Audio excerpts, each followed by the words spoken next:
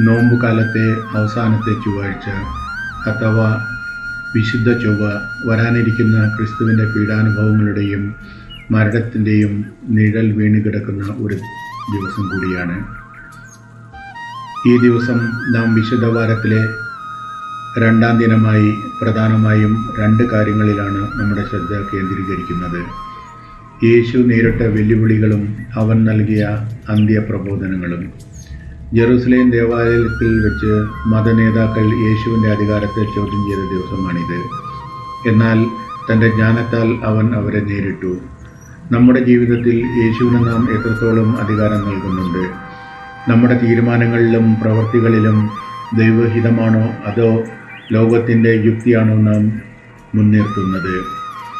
വിശുദ്ധ ചൊവ്വാഴ്ചയിലെ വായനകളിൽ പ്രധാനപ്പെട്ട ഒന്നാണ് 10 കന്യകമാരുടെ ഉപമ. മണവാളനെ കാത്തിരിക്കുന്ന കന്യകമാരിൽ 5 പേർ കരുതലില്ലാത്തവരും 5 പേർ വിവേകമതികളുമായിരുന്നു. കർത്താവിൻ്റെ വരവിനായി നമ്മുടെ ഹൃദയങ്ങളിൽ വിശ്വാസത്തിൻ്റെ ദീപവും സ്നേഹത്തിൻ്റെ എണ്ണയും കരുതി വച്ചിട്ടുണ്ടോ?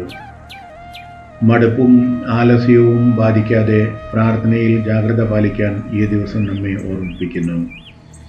യേശു തൻ്റെ പീഡാനുഭവങ്ങളെക്കുറിച്ച് കൂടുതൽ വ്യക്തമായി സംസാരിച്ച ദിവസം കൂടിയാണ് ഇന്ന്.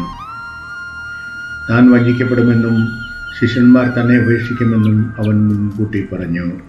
ക്ലേശങ്ങൾ വരുമ്പോൾ നാം യേശുവിനെ തള്ളിപ്പറയാറുണ്ടോ? നമ്മുടെ സ്വാർത്ഥതയ്ക്കായി നാം അവനെ വഞ്ചിക്കാറുണ്ടോ?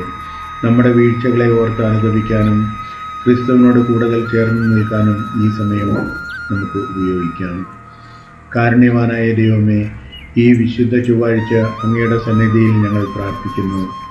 ലോകത്തിൻ്റെ പ്രലോഭനങ്ങളിൽ പെട്ടുപോകാതെ വിശ്വാസത്തിൻ്റെ ദീപം തെളിയിച്ച അങ്ങയെ കാത്തിരിക്കാൻ ഞങ്ങളെ സഹായിക്കണമേ.